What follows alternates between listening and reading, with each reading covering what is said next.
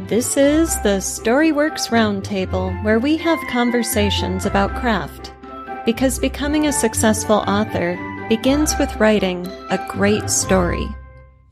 Hello and welcome to this week's Storyworks Roundtable. Today, Kathryn, Robert, and I are talking about balance restored.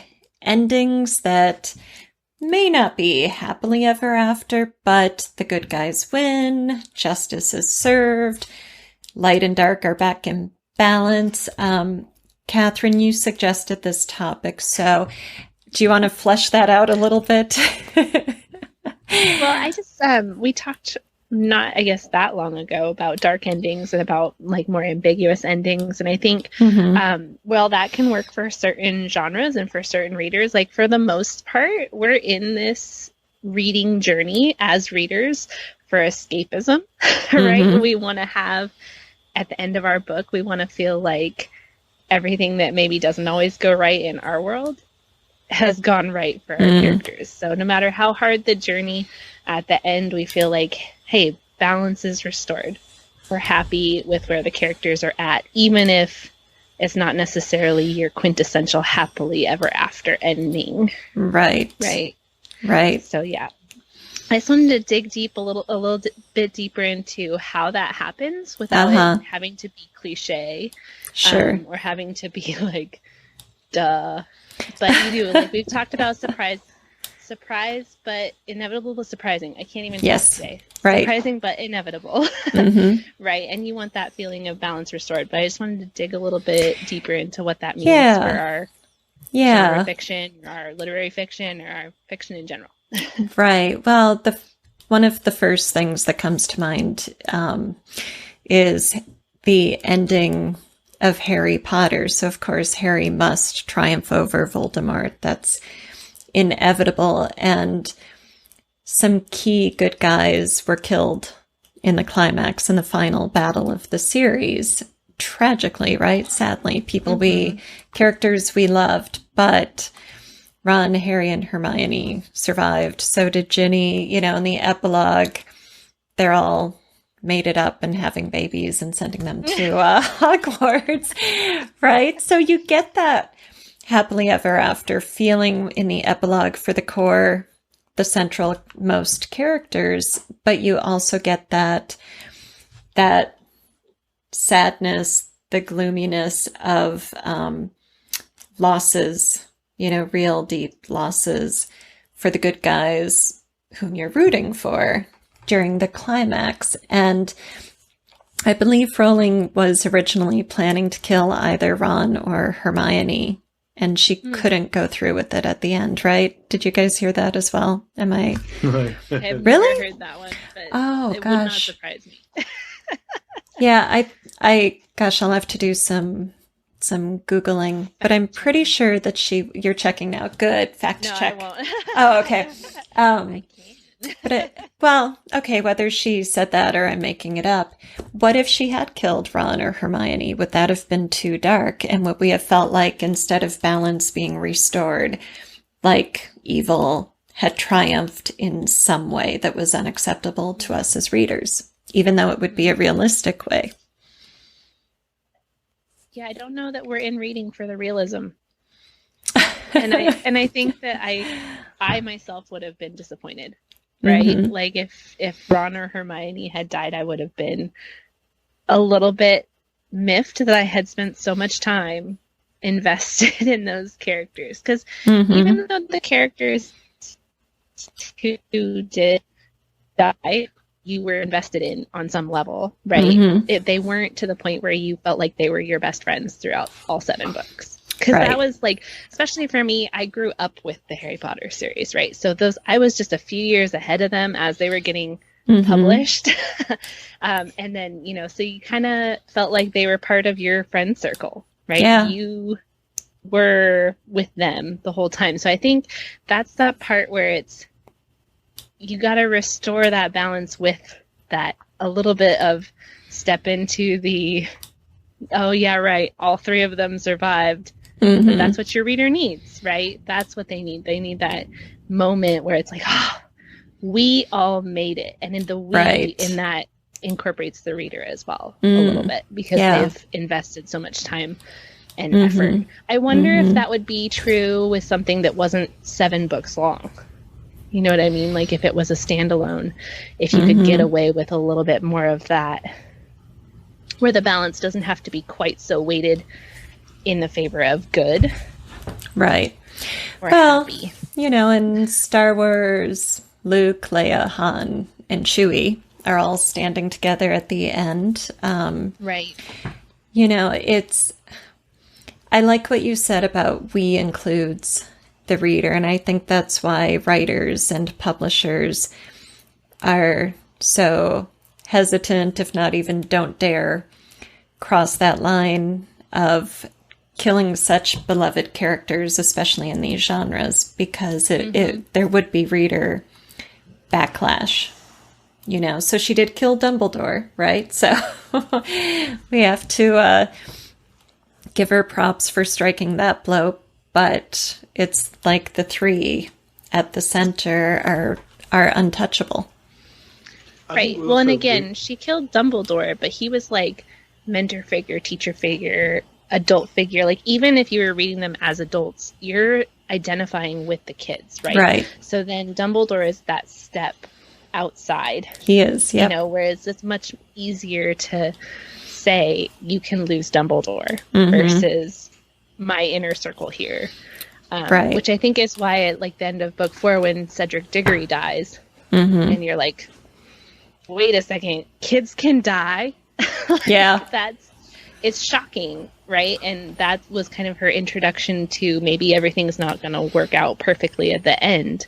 But it's, you know, that was why that particular death was so hard, was because he was close enough to the inner circle that you were like, wait a second. Right. This threat is now a lot more present for the kids themselves. So. Right. Robert, you were starting to say something, I think. Yeah, I think we, you know, to sort of back out a little bit, we have a cultural expectation of, in the West as well, of the hero's journey, you know, Joseph Campbell's monomyth. So I think when we start reading anything, we have some expectation that the hero may or may not survive, but the goal that they were setting out to do would be somehow complete. That, you know, as we were saying a little bit off air, you know, justice is restored, some level of normality is returned to it, albeit changed. I mean, that's the whole idea of the hero's journey, is that they solve the problem, but they're changed as a result of it. And I like the idea that the hero, they may not get what they want, but they get what they need. Right. And, you know, I think that's always a clever way to think about how you can have an ambiguous ending where it doesn't feel too fairy tale or Hollywood.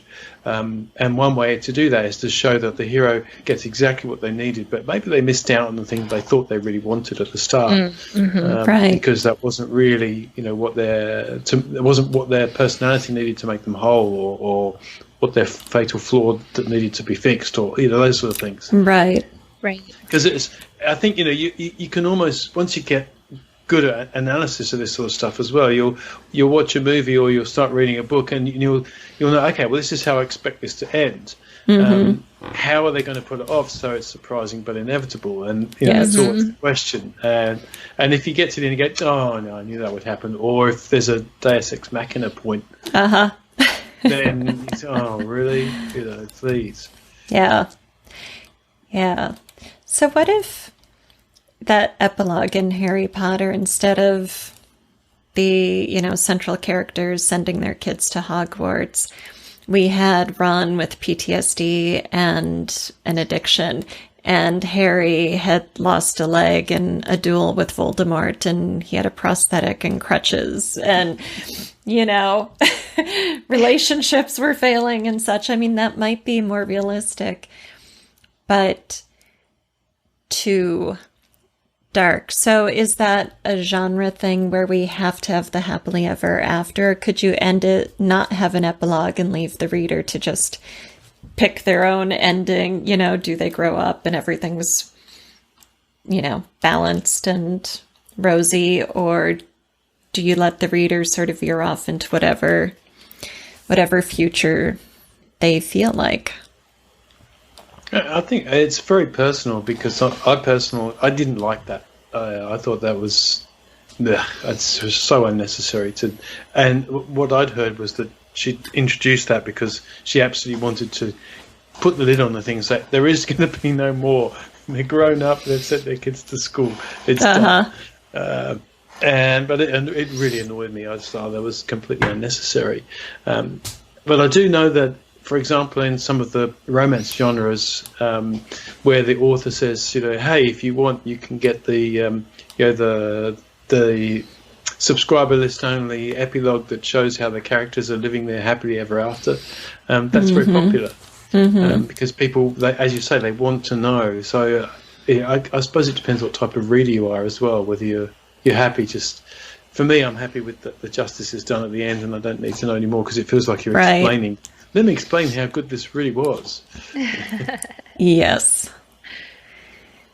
I've had that issue with like if the author has a secondary series that maybe follows the children of the first, and then you get to see the first set of characters in a different light, 20 years later or something. I hate that. Why? Because I want to imagine what I want to imagine for those characters, right? So I think for me, it's perfectly okay to just hit that balance point, be like, see, evil defeated, good triumph in some way, right? Whatever that way looked like. And then they continue to live their life. I think the important part for me is that they could continue to live their life, not how. Do you know what I mean? Because then I can spin my own tales and I can live in that fantasy world or that fictionary world, whatever, all by myself. Right. And then it becomes my own thing. I'm not a huge fan of epilogues that are flash forward. Just give me the immediate and then let it be. Let it be. Yeah. Do you ever not read the epilogues? Do you ever just satisfy yourself and then ignore the epilogue? I don't know that I've ever skipped an epilogue. That's interesting. I don't know that I would have even thought about that. I think I would have just been like, oh, hey, look, more pages of my book. I don't know that I really paid attention to, unless it's super jarring.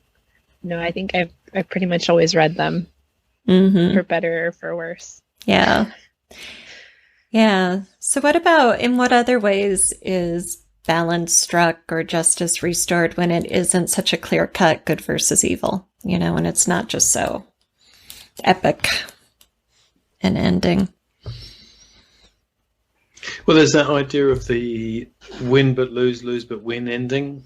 So there's a win. So Harry Potter is a perfect example of that, as you said, where they defeat Voldemort, but it comes at a great cost. So the satisfaction is there, but it's bitter. It's a bittersweet thing. So it's not completely bleak, because there is justice served. Right. So I think if we look at the price that has to be paid, I think that's worthwhile, because it comes out as less syrupy then. Otherwise, it's just a glib ending where Jack Reacher walks in, shoots everybody dead, and then just catches the next bus out of town. Right. And that's what it can come to sometimes when the author phones it in. Well, and I think that procedural type stories like that, whether they're like FBI or police or all that, and I went through this whole phase this summer where I was just devouring kind of like suspense romance thrillers, the genre match, and it was just like after a while you get tired of that. Because the killer is always found, and and I think that you can mix that up a little bit with the price that has to be paid, right? Maybe your character's safe at the end, but the killer hasn't necessarily been brought to justice, but because the safety has been achieved, the balance has been achieved, they can continue their life, right? That's the important part, is that they can continue their life and in a way that you as the reader are satisfied with, even if maybe not all of the things are wrapped up as cleanly, as neatly as you'd want. So, yeah. We don't always have to shoot the bad guy and have them die at the end to move on. They don't always have to sign the perfect confession or, be behind bars forever, or, you know, all those things. Like, you can have that be a price that the character is going to continue to have to pay, as long as they can also continue to live their life in a way that's satisfactory to me as the reader. Mm-hmm. Especially in that genre, because you've got the hero, the victim, and the villain. So as long as the victim either gets saved or we prevent further victims, then I think it's still permissible that the villain can not be caught.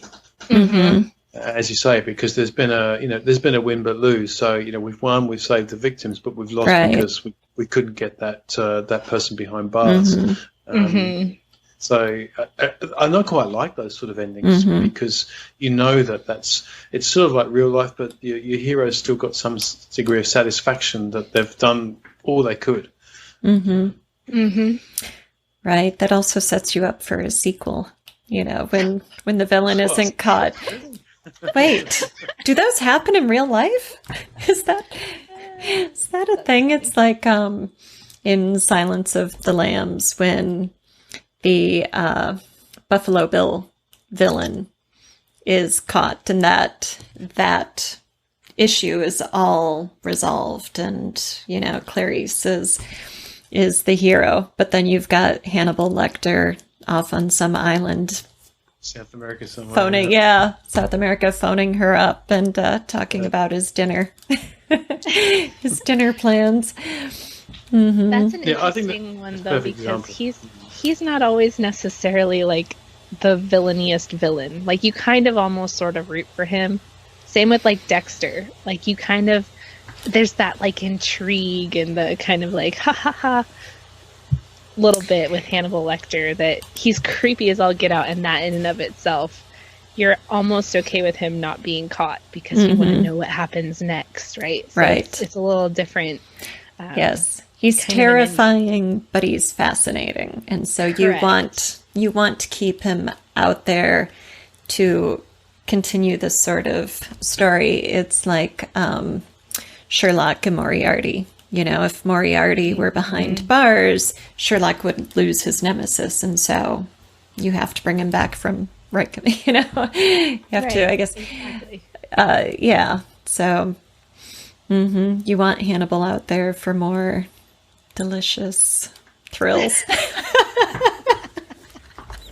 But I think also what you said before, Kathryn, about, you know, the balance restored between good and evil. So we haven't vanquished evil.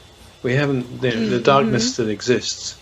Right. So I think bearing that in mind when you sew up a story, whether it's standalone or a series or the sequence of a series, what part of the evil do we add closure to, but what part do we leave undone still? Because that is partly satisfying to us as readers. We know that, you know, unless it's a perfect fairy tale, that things aren't perfect.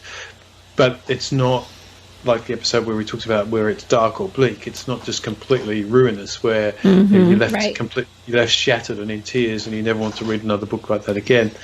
It's, you know, you want some, as you say, there's some sense of closure and satisfaction at the end.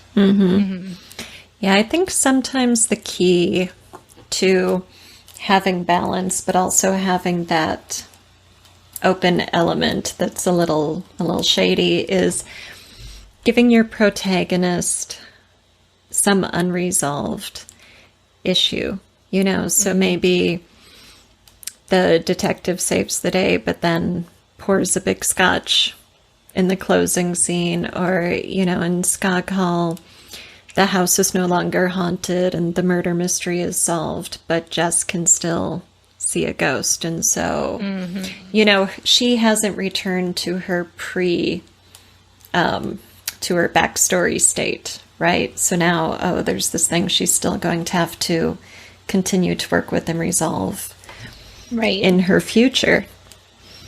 You can have those wounds left open, right? They haven't healed, or they still can have a journey to go on. Whether or not you as the reader are going to go with them is not important, right? Right, yes. Yeah, even if it's a standalone book, it can be part of giving the reader material for imagining that character's future. You know, what is this character's life like? How transformed is it? And so in the Harry Potter epilogue, as you said, Robert, she put the lid on the head. It's like, here's your happily ever after with a bow on it, done.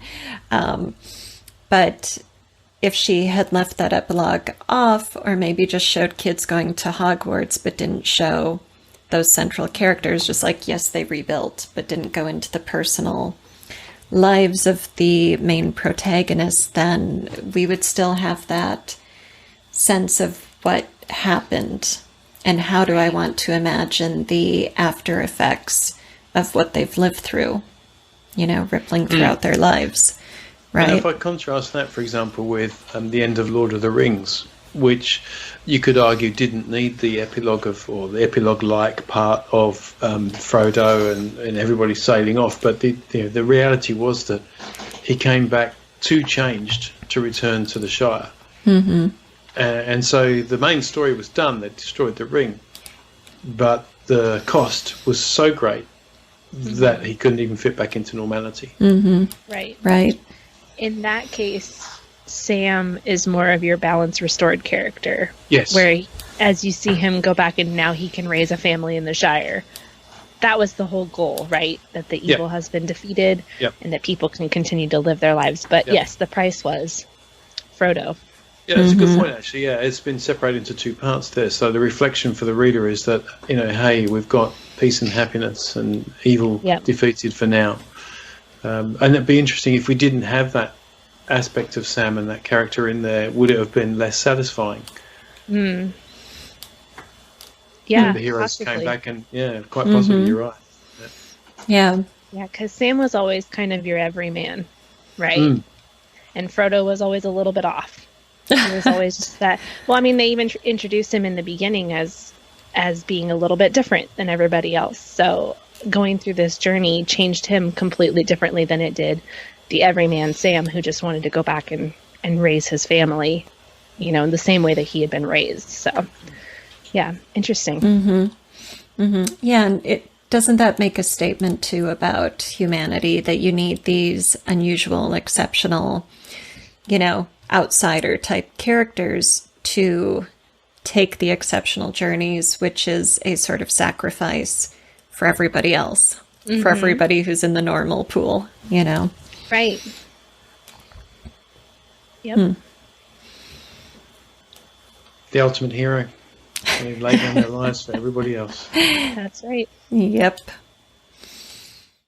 Thank you for listening to the Storyworks Roundtable.